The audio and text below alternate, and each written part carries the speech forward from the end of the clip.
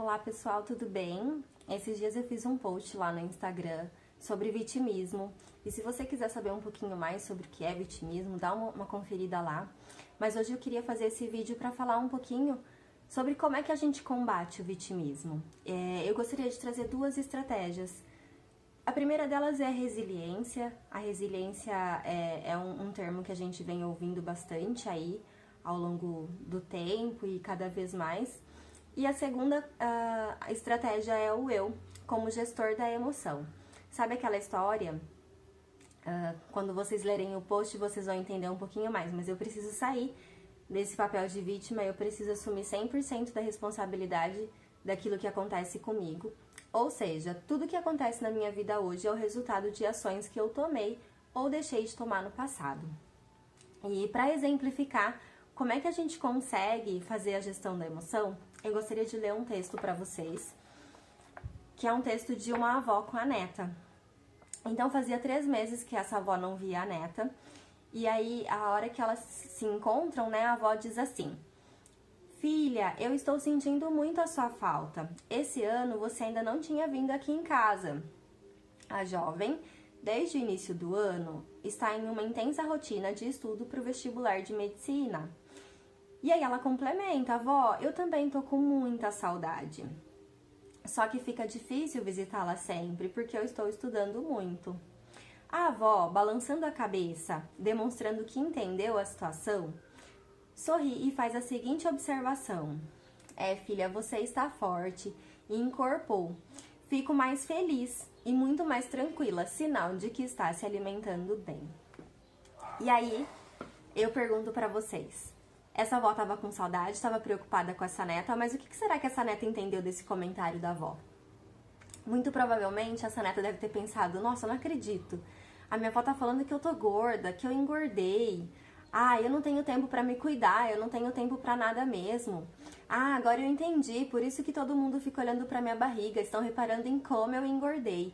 E aí vai, né? A neta tem inúmeros outros pensamentos aqui, só pra vocês darem uma olhada sobre essa situação, esse pequeno diálogo que aconteceu com a avó.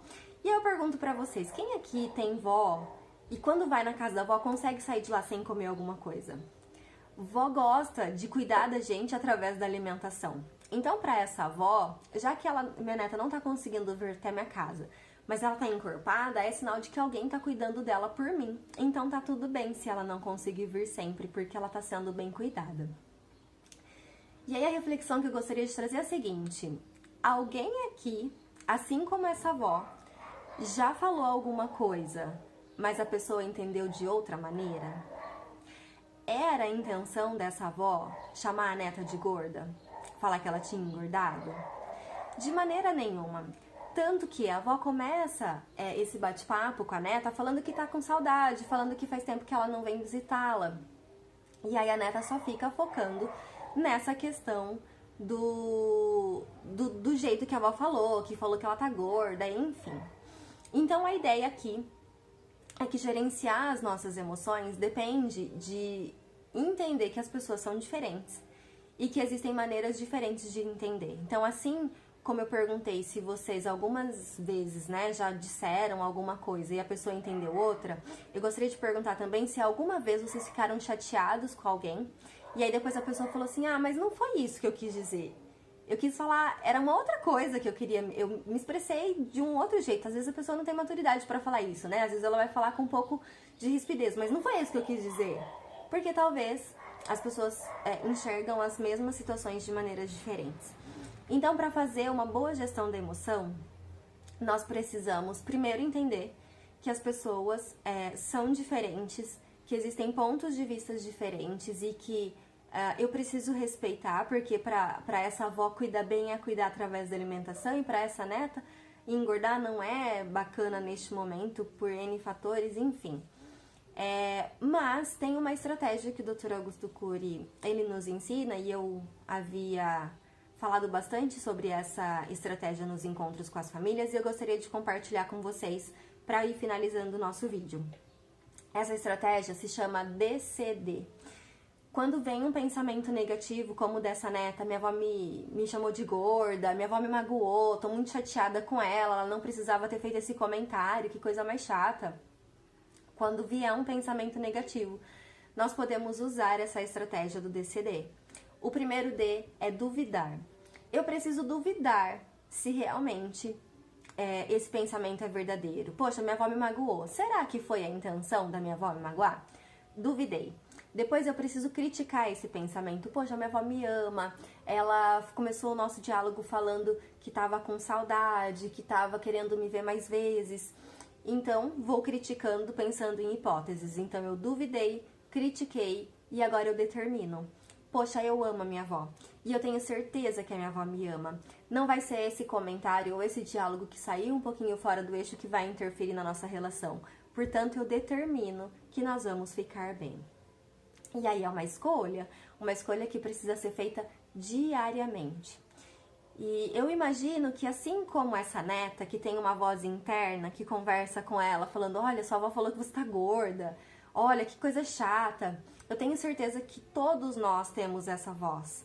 E a ideia é identificar se essa voz é uma voz positiva ou se ela está sendo uma voz que está mais atrapalhando do que ajudando.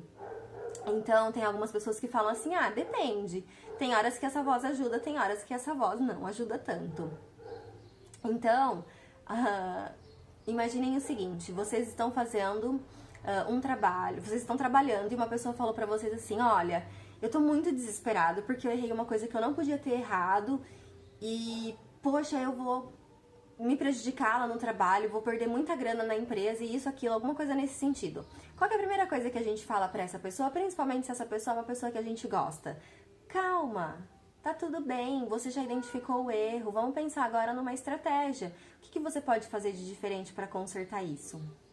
Mas, se fui eu que errei, se eu cometi um erro de um processo que eu não poderia ter errado, ou se eu cometi um erro de que a empresa vai perder muita grana, eu vou falar com essa calma comigo? Eu vou falar, calma, tá tudo bem, já identificou o erro, vamos pensar na possibilidade? Normalmente não. Normalmente a gente fala, não acredito. Não acredito, eu não podia ter errado isso, eu sou um desatento, para não usar outra palavra. Porque normalmente conosco nós somos mais carrascos, mais severos e faz parte da resiliência fortalecer a nossa autoestima para conseguir lidar com as questões, com as adversidades do dia a dia e principalmente para conseguir sair do papel de vítima e assumir 100% da responsabilidade da nossa vida. Então, se eu quero assumir, se eu quero direcionar as minhas ações, se eu quero, de alguma maneira, sair de alguma situação que não está confortável, eu preciso pensar o que é que eu e somente eu posso fazer de diferente. A ideia é, se eu dissesse assim pra vocês, pessoal, não pensem num elefante cor-de-rosa.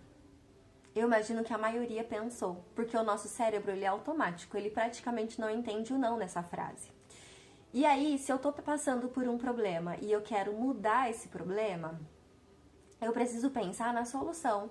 Eu preciso pensar na girafa cor-de-rosa. Como é que eu faço para chegar até a girafa cor-de-rosa? E aí eu vou criando essa realidade. Ok? Não sei se fez sentido, acho que eu gosto de falar por metáforas porque ajuda um pouquinho a gente consolidar o conhecimento, mas se tiver alguma dúvida, se tiver alguma questão, fica à disposição para me enviar uma mensagem, para perguntar um pouquinho mais, e eu vou tentar fazer com um pouquinho mais de frequência esses vídeos para vocês, tá bom? Um beijo e até a próxima!